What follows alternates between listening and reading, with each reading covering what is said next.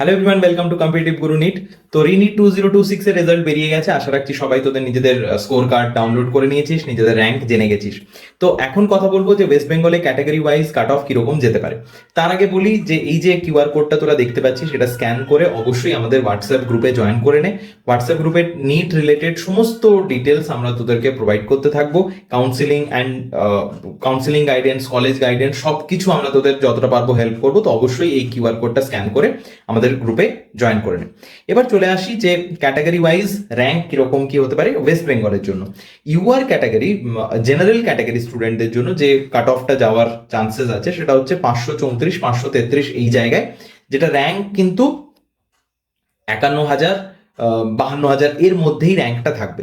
OBC category স্টুডেন্টদের জন্য এখন তো ওবিসি এ, ওবিসি বি এরকম কোনো ব্যাপারই নেই। ওবিসি স্টুডেন্টদের জন্য যে মার্কসটা থাকছে সেটা মোটামুটি 532 এই জায়গায় থাকবে, র্যাঙ্ক 54,000-এর কাছাকাছি থাকবে। ইডব্লিউএস ক্যাটাগরি স্টুডেন্টদের জন্য যে র্যাঙ্কটা থাকছে সেটা হচ্ছে 478, 479 এই জায়গায়, র্যাঙ্ক মোটামুটি 1,20,000-এর কাছাকাছি। এসসি ক্যাটাগরি স্টুডেন্টদের থাকবে 448, র্যাঙ্ক থাকছে প্রায় 1,70,000-এর কাছাকাছি। এসটি ক্যাটাগরি স্টুডেন্টদের আমি এসটি ক্যাটাগরি স্টুডেন্টদের এতটা ডেটা এই তাড়াতাড়ি পাইনি। তো মোটামুটি এসটি ক্যাটাগরি স্টুডেন্ট যারা আছিস তোদের অল ইন্ডিয়া র্যাঙ্ক যাদের 5 লাখের কাছাকাছি আছে, এই র্যাঙ্কগুলো প্রত্যেকটাই কিন্তু অল ইন্ডিয়া, ঠিক আছে?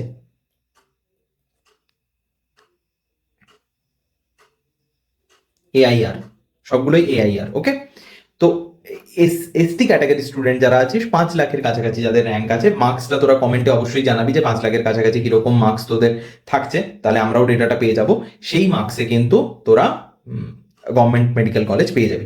আবারও বলে রাখি যে নিট রিলেটেড কোনো কাউন্সিলিং রিলেটেড, কোনো কলেজের অ্যাডমিশন রিলেটেড যে কোনো ধরনের কোয়ারিজের জন্য অবশ্যই আমাদের এই হোয়াটসঅ্যাপ গ্রুপটাতে জয়েন কর, ওকে?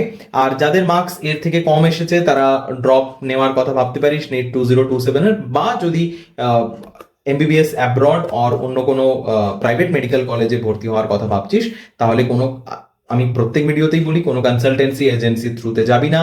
ডিরেক্টলি কলেজের সঙ্গে কথা বল। যদি কথা না বলতে পারিস আমাদের সঙ্গে যোগাযোগ কর, আমরা তোদের ডিরেক্টলি কলেজের সঙ্গে কথা বলাবো।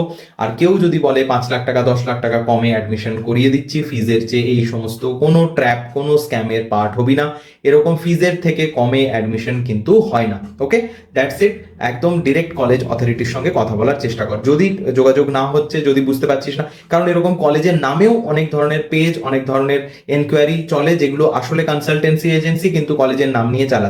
এই ধরনের কোনো স্ক্যামে পা দিবি না। অবশ্যই আমাদের সঙ্গে ডিরেক্টলি যোগাযোগ কর, আমরা তোদের সঙ্গে কলেজের যোগাযোগ করিয়ে দেবো, বা নিজেরা কলেজকে রিচ আউট কর, ওকে? That's all. দেখা হচ্ছে পরের ভিডিওতে। Thank you.